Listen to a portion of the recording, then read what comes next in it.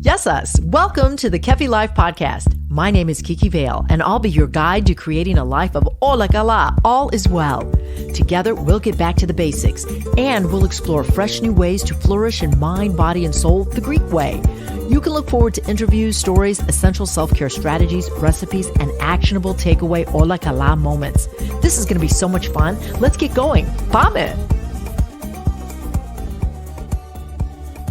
Our Lexi for today is Topikos. Topikos, or local. When eating or buying produce, best chance for fresh taste is to pick the food from your garden or to get it in season from a local or Topiko store.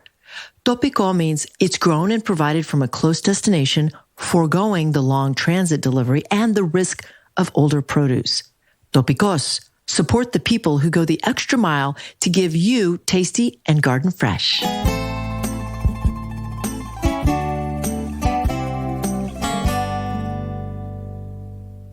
Eleolado, olive oil, has been celebrated in the civilized world for millennia, nearly eternal. The oil of this fruit has been more than just food to the cultures of the Mediterranean region. It's been medicinal, ceremonial, sacramental, and the foundation of great wealth and power. It is safe to say that olive oil is the ethos, the essence of Greek culinary culture. Today, the priceless and life-giving ingredients of this liquid gold can be delivered to you when you purchase your premium bottle of Kefi Life extra virgin olive oil from the region my parents were born, the Peloponnese. The coveted Koroneiki olive is extensively cultivated here in the southern part of Greece, which offers the unique microclimate needed to grow a fruit netting the utmost nutrient value for extra virgin olive oil. Kefi Life extra virgin olive oil, a boundless amount of value, high in antioxidants with anti-inflammatory properties, linked to good mood and improved mental health. Get your bottle of wellness today when you visit kefilife.shop. Yasu friends in Kefi, it's Kiki Vale, Chris Borek, and Caitlyn Borek. And it's a hello.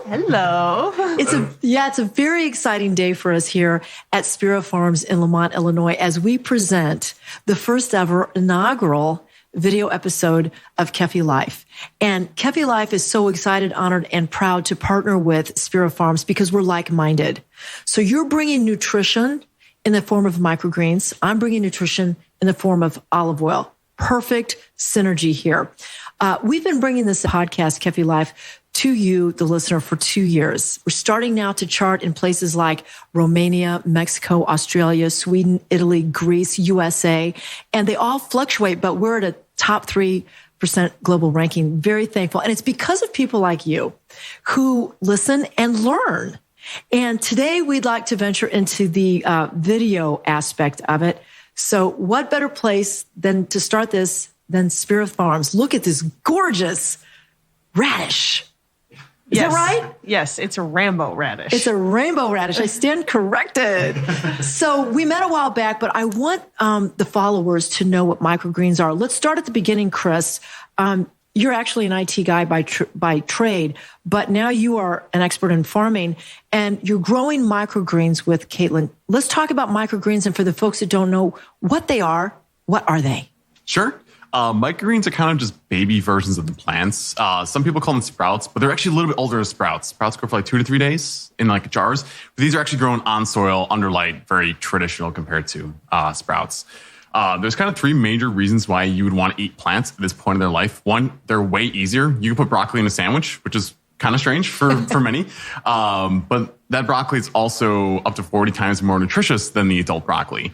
So eating 1 ounce of microgreen broccoli is like eating 3 to 6 pounds of adult broccoli. So it's incredibly nutritious. Second part of it, which is also incredible, is that it's really easy to eat this food raw, which is actually really important. When you heat up adult broccoli, like florets, for example, which is what I think everyone does, we're killing all the anti-inflammatories in them. Heat actually removes a lot of nutrients, all the good things out of it. So eating raw foods is important. Eating microgreens is a really easy way to do that. Third thing is that it's locally grown, which is, I think, really important. We only deliver to a certain range in our community because we want to make sure that we can harvest and deliver in the same day. Because when you harvest a plant, really any produce, any plant really, it's slowly dying over time. It loses nutrients. So it's really important to actually have locally grown foods so that we get the nutrients we want with them. That's kind of a snapshot of the world of microgreens. Yeah. What is, how did you come up with the name Spira Farms? So Chris is Polish. He's a first generation Polish. Dzień dobry. And so we were actually initially trying to find like a name that would kind of incorporate the Polish language. But the name in Polish is kind of an ugly looking word, just politely, respectfully. And so then I literally just started putting the word sprout or young into Google Translate and just basically randomizing what language I picked. And Spira is actually Icelandic, unconfirmed. I did not reach out to an Icelandic person for this. So Spira is Icelandic for sprout. And I always thought that the naming convention of Iceland and Greenland were funny because Greenland is not, it's kind of really cold and kind of gross, whereas Iceland is beautiful and lush and green. So I thought that was really fitting. That makes a lot of sense. And it's very creative. Thank you. Yes. Can you tell us, let's talk, because I think most people today, it's safe to say we're trying to stay healthy, okay? And diseases are popping up left and right. They're all over the place, especially that nasty C word, cancer. And we come to learn that broccoli is particularly helpful, its nutrient profile, with staving away cancer, or at least keeping it at bay, if you will. But let's talk about the nutrient profile of microgreens with particular interest to broccoli. Sure. So broccoli in particular, it's really not just broccoli, but cruciferous vegetables. So broccoli, cabbage, arugula's in there. They all have this thing called sulforaphane. Broccoli is spoken about the most because it has by far the most sulforaphane versus the other ones. And if you want to maximize the amount of sulforaphane you take, you actually want to eat it in the younger form of the broccoli's life. So microgreen broccoli is a great way of doing that. Sulforaphane has shown there's so much academic research on what it does for fighting, preventing cancers, and especially in cancer patients who have taken sulforaphane.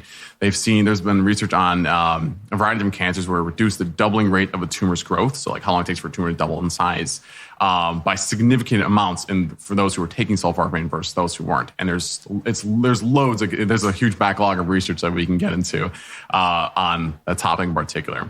But the one thing about sulforaphane is that when I mentioned earlier, when you apply heat to broccoli, you are not getting an anti-inflammatories. That is the one major anti-inflammatory you are not getting is sulforaphane. It is not heat tolerant. So we eat our broccoli thinking we're getting this stuff out of it, like the broccoli florets, but if you heat it up in some capacity, I don't think most people eat it raw, you're not going to receive it. So we got into this particular because we have cancer in family, and broccoli, microgreen broccoli was a way to solve for that problem, to make sure we're trying to do everything we could to get the nutrients and anti-inflammatories in us to help with the conditions we were having. Absolutely. And that's a great reason to get into a business like this. And when I met Caitlin at the farmer's market in Hinsdale, it was really fun because I'm like, what are these? Like microgreens? I love it. And she explained it. And we talked about what's really special about microgreens, in my opinion, because I'm not a farmer, is that it's so easy to eat these.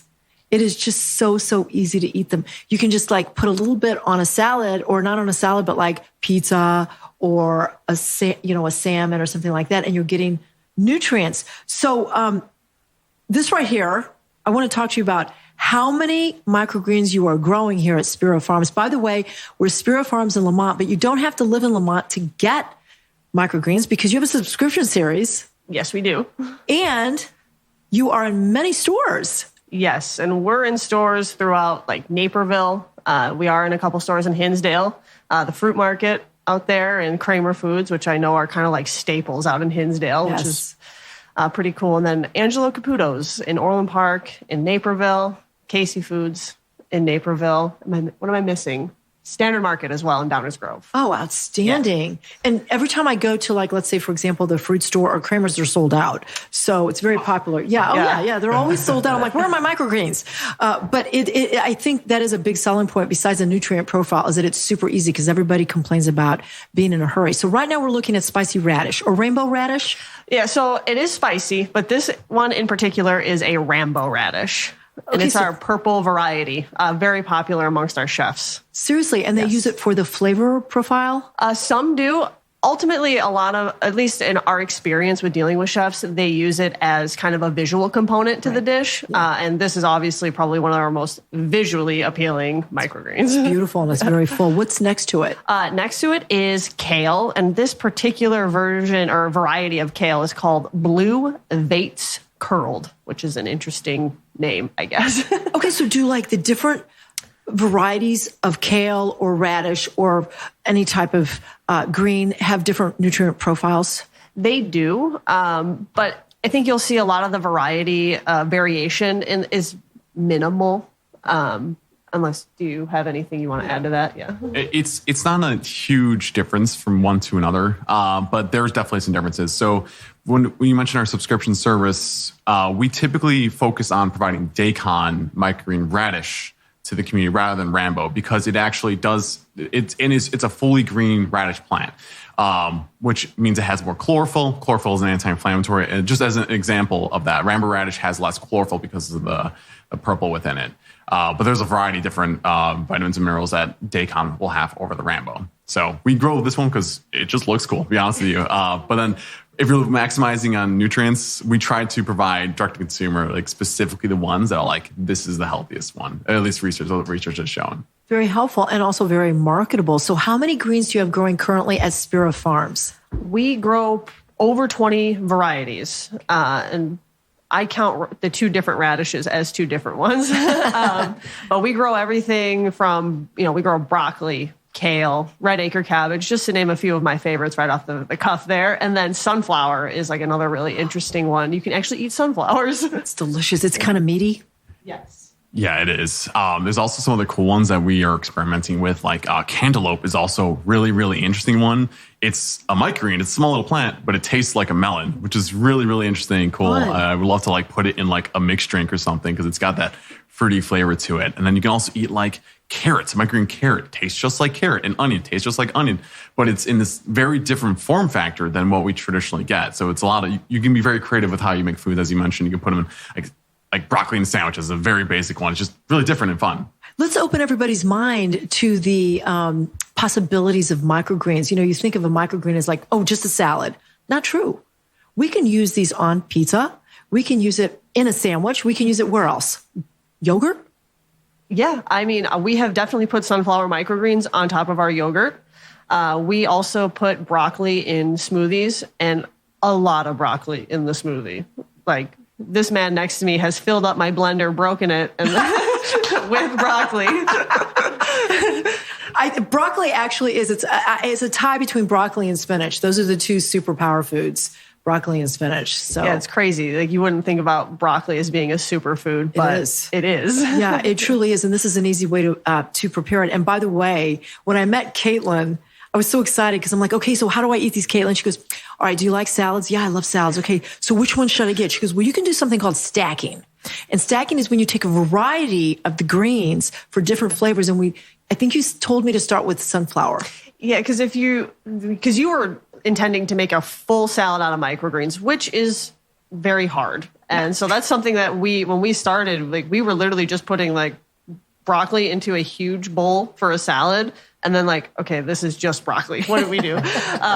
So the way I look at it is like, when you think of a salad, you think of lettuce, and that's a big leafy green. Well, sunflower is probably our next closest one, where it's a little bit bigger. It's very crunchy like lettuce, and it's very juicy. And it's also got a great, interesting flavor where it's kind of green, like earthy flavored, but then nutty, because like a sunflower seed.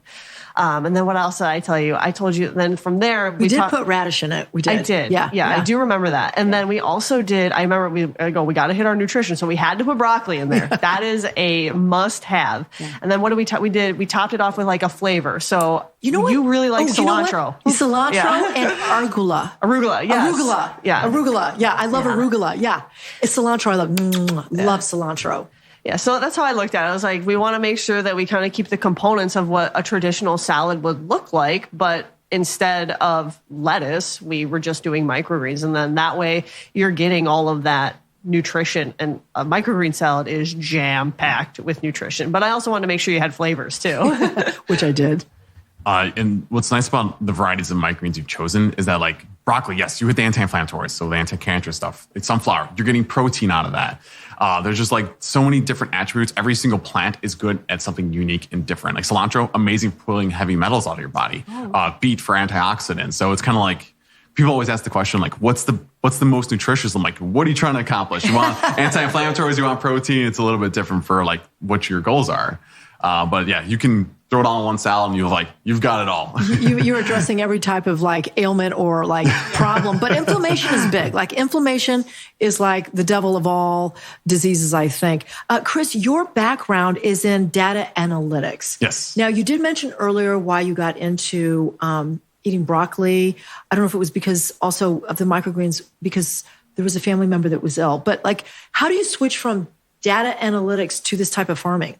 Yeah, so funny enough, I actually didn't get into any of this for nutrition at all. For me, this is a sustainability problem. It's like growing foods locally. You don't have to transfer broccoli from, let's say, California to Chicago. That's 3,000 miles, a lot of energy. Right. My thinking was, well, if I just grew it for myself, that eliminates that whole process.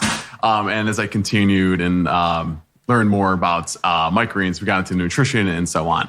But the nice thing about my background in technology is that when you start growing these things every single week, you start seeing the patterns in them. And ultimately, growing really anything is a data problem. Like how long, there's a lot of techniques in this. So like how long do you keep it under light? How much water? All those are data inputs in my brain. And then the end result is how much broccoli do I get after like 10 days, let's say. So to me, it's a data-driven problem. And we can use technology to really maximize the amount of plants we grow in a small space. For example, we're in a real estate office building. How much broccoli can you grow in this space? This is a farm now. It's in the office building. It's kind of weird. Speaking of which, talk to us about a vertical farm, because we're in a vertical farm. We are. Okay, so talk to us a little bit about your farm. We have a few more minutes. Talk to us a little bit about the farm and how you operate day to day. Yeah, absolutely. So a vertical farm is just kind of a series of shelves that you have that plants are simply growing in each one of those shelves. Usually the way they operate, at least how our farm operates, is we have a water tank at the very bottom of the shelf, so on the ground essentially, and then you pump water into each of the shelves. They're kind of like in a container, which it's done automatically, so the plants will get watered automatically on set timers, and every single plant requires different amounts of water over time. Some of them are like cactuses and they need water sometimes. Other ones, if you ignore them, they will complain and they will fall over. So you have to have it really down how you do it. Yeah, they definitely absolutely get moody. But ultimately, it's just the watering is automatic and you grow literally vertically up on shelves is the big behind it. And if you want to talk about the processes or anything, how you kind of do it all. About vertical farming? Absolutely. Like how do you plant? Funny enough, we're actually horizontal for the first part of what we do, which is planting. And so we plant, and what we're looking at here is these are 10 inches by 20 inches, and we grow in 1-inch trays mostly. And we put soil in, spread the soil out, and put seed on top, which is the inverse kind of how you think about how something grows in nature. But we want the seed to be on top so the roots can penetrate through the soil. And then from there, once we've planted it, we stack them up on top of each other, and we put like a 15-pound brick on top of the actual stack of microgreens. And so what that does is that simulates the plants actually being underground. So that way, and these little guys, they're tiny, but they're mighty, and they will literally push the brick up so that, because they're germinating, and so when they germinate, they're trying to push up to find the light. Sunflower in particular has literally knocked a brick over. Yeah. Nature is incredible. It truly is. And so what's kind of cool is that we're able to grow a lot more because we're stacking everything up so it's space efficient, and we're putting it on top of it in shelves, and the shelves just go up infinitely if we wanted them to, right? Yeah. Right? So that's the vertical part of like the actual planting process. Am I missing anything? I'm trying. Yeah. So it's an interesting process. And I think, what you guys lend to it also is like you said, Chris, sustainability. You do composting, and you're trying to, your bags that you sell are made from corn, I believe. Yeah. So we actually have 2 different types of containers that are all plant-based. The containers that we provide, they literally look like we put the microgreens inside of. They look and feel like plastic, but you're right. It is made of corn, which is really cool. So like you can't recycle it. You have to like literally throw the stuff out, but it doesn't damage the world because it's not plastic. I think I last heard that only 5% of plastics are actually being recycled right now. So I love this idea of like, it looks, it feels like plastic. Let's put like plants inside of a plant, that kind of thing. And then we also, when we provide our bags, like grocery store bags, those kind of things, there are these green bags. They're starting to get a little more popular, but they're made of sugarcane too. So like we only provide plants. So what we're providing, there's nothing else coming out from us. It's truly a win-win. And I love your footprint and what you're trying to do which is make a difference in the world and help us to all get healthier and educate us. And it's gone so fast. To find out more information about Spira Farms, where should the folks go? Absolutely. Our website is probably going to be one of our best resources. It's spira.farm. It's spira.farm. We're also on Facebook and Instagram. We're constantly trying to push content, just kind of showcase what we do, because it's kind of a weird thing for many. It really is, but it tastes good. It's easy, and it's a great, efficient way to get your nutrition. So I want to thank you so much, and I ask all my special guests, and certainly you are a special guest. In my life, I've learned that. In my life, I have learned that sharing knowledge and information with everybody is how we'll move the world forward. And I know Chris wants to add to that. Yeah, I mean, we like to talk about health and all these kind of different things. Like, I don't know if many know that when you heat up broccoli, it actually does bad things for us too. We're not getting what we need out of it. So we're trying to get that information out there so people can kind of see and eat the right way to make sure that they're healthy.